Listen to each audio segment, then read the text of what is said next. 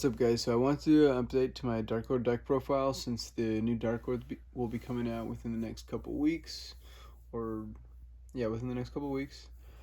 This is the list that I'm currently running in the current format, and it's the list that I'm going to be running moving forward as well. So this is the list that we'll be running post-link. This is the most standard, straightforward Darklord list that everyone should be playing, more or less, kind of like something similar to it. Superbia, it's kind of known now that it's not really needed in the deck more. It's kind of just a one of though, because it does let you access the Link Monster a lot easier, and the Link Monster really does help out the deck. Not so much as turn one when you're going first, but definitely it helps out going second a lot, and then it also helps as like a follow-up plays, almost like an extra play as a follow-up. So what I'm gonna do here is I'm gonna go through like maybe a couple hands and show you guys like the strategy and how you should be going through the deck and how to play it. So I'll shuffle these cards up.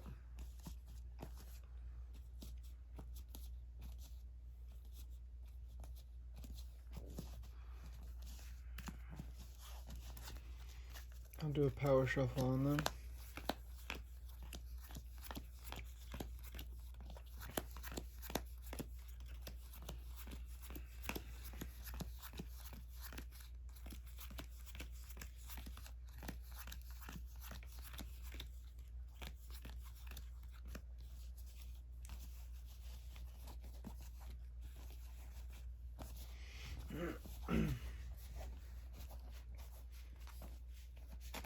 And so I'm gonna kind of walk through the board, what we would do, and how the follow-up works, how we're gonna implement Blink Monster as well. And we're gonna mostly be assuming that we're going first with these hands. Maybe I'll do a go in second hand. Okay, do a final cut.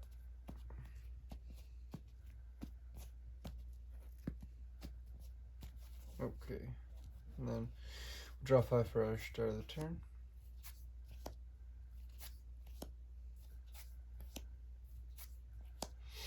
Okay, so this is a hand that you'll see pretty often with the deck, or it's nothing quite yet, but it's a lot of draw power. So you start off going Upstart just to draw one, and then this is really bad since we both have 2 non-engine cards, and then 2 of the same card after power shuffling.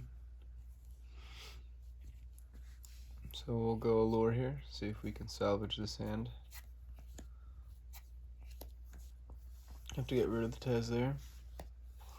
Here, I wouldn't use the second Allure just because Ixchel is going to get you more here, and it's going to set up engrave, so we'll just go Ixchel first. Draw. Those are 2 really good cards in this specific situation. But yeah, it's still unfortunate that we had the Allure and the 2 called bys. So we're gonna try to see if we can pretty much get any resources from the Allure, and we're gonna go Allure first, and then we'll draw our 2. And then we didn't draw anything, so everything goes to the graveyard. Again, this is a pretty rough hand. We drew into all 3 of our Allures, and not really any dark monsters to play off of. But here, we'll just go Contact, get our Ixchel out of the graveyard, and then we'll go ahead and we'll Banishment. So we'll search Ukoback.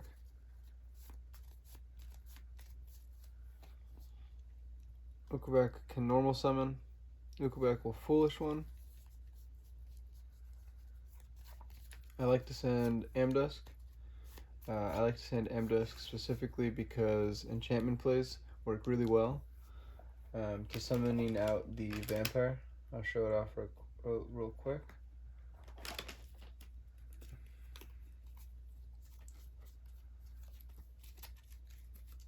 Summoning the vampire here is really good against boards, so you'll use the enchantment to clear a monster on the board. Enchantment Amdusc plus any of the monster that you take allows you to go into the vampire, and the vampire will clear another card on the board. So it's just really a lot of value there. Okay, so we'll foolish this with the Ukoback.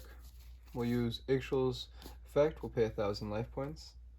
Get to send this contact back, and we'll summon out the Amdusc from the graveyard. Then we get to use Amdusc effect to search from the graveyard, and we get to add Rebellion to our hand. So I do want to walk through this board a little bit because it was a really weak hand to start off, but what matters is that we were able to get there. We were able to get to the final board, which is always 2 Darklords on the field, Ukoback face up, trap card set, a trap card, and a spell card engraved. So that's the baseline that we always want to get to at any given hand, and we were able to get to that here. And then actually we do have 2 Called by the Graves as like extra interruption. So this is actually a really strong hand. What started off really poor with, I think, both of these in an opener, or this one as well, was actually able to end up pretty well. And we don't make the Link monster, so even post-Link, we don't make the Link monster right now. We don't really get too much value out of it. So what I do want to do is kind of walk through how we'll use the Link monster as a follow-up. So typically, your turn, when you pass your turn, you're going to use your Rebellion and your Enchantment to control the field, and then you're also going to use the Called bys to control whatever kind of strategy your opponent's playing against. So we'll just we'll go through both the Called bys. We'll go through a Rebellion as well, and then we'll go through the let's even say we had to go through both of our interactions. So we had to expel all 4 or I think, yeah, 1, 2, 3, 4, 5 interactions. That usually will never happen. We won't usually have to use all the cards to stop your opponent from doing everything. But let's say it even got to that point, and we had to use all the resources for that.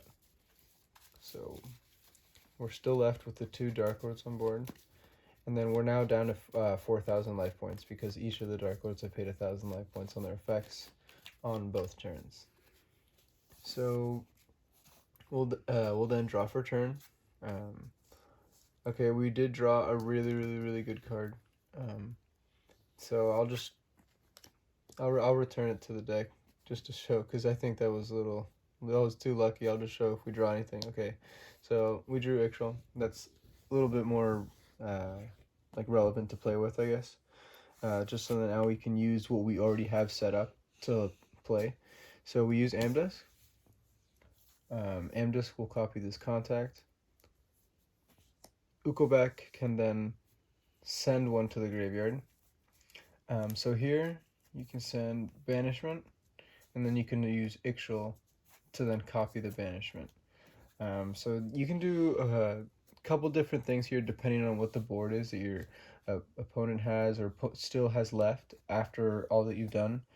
You did Enchantment, so they do have a guaranteed at least one monster on the board because you did Enchantment and it went back on the end phase. And if they have more than one monster on board, then definitely you want to go for a Morningstar type play. Pre-Link, you search Morningstar right now. Post-Link, you'll actually search any of the trap cards, whichever one is more relevant in dealing with the board. So you'll search any of the trap cards, and then you'll link whichever one is more relevant. So like I said earlier with the vampire, if you need to clear the board more, you'll link these 2 away for the link monster. The link monster will then discard whichever one you searched. Let's say you search the enchantment. And then we'll put a face down monster here for the link monster. So let's say we summon the link monster here. We used our Banishment search for enchantment. Enchantment is in our hand. So the Link monster will use its effect. Since it's not out, I don't have a copy yet. But in the Link monster will use its effect, discarding one to search any Darklord monster. So here's where you'll grab the Morningstar. So we know they have a guaranteed one monster, because we enchantment. If they have two, it's definitely a blowout. But we'll just play with the one, and then we do have the two engraved to banish. So we could banish these two. The Morningstar is guaranteed to summon you at least one monster from the deck. Typically, you're going to want to summon the monster with the highest attack at this point in the game. So you'll summon out Tez. If you are a little more apprehensive, you can go Nasten, just so that you still have Tez in your deck, so you can like protect the board. And most of the time, like all these can still be game. And like I said, Nasten can copy enchantment, which now allows you to go into the vampire, clear more cards of the board, and then this is game as well. Obviously, we will use Morningstar's effect, mill cards. So yeah, this is pretty much how you deal with the board and how you get to winning with the deck.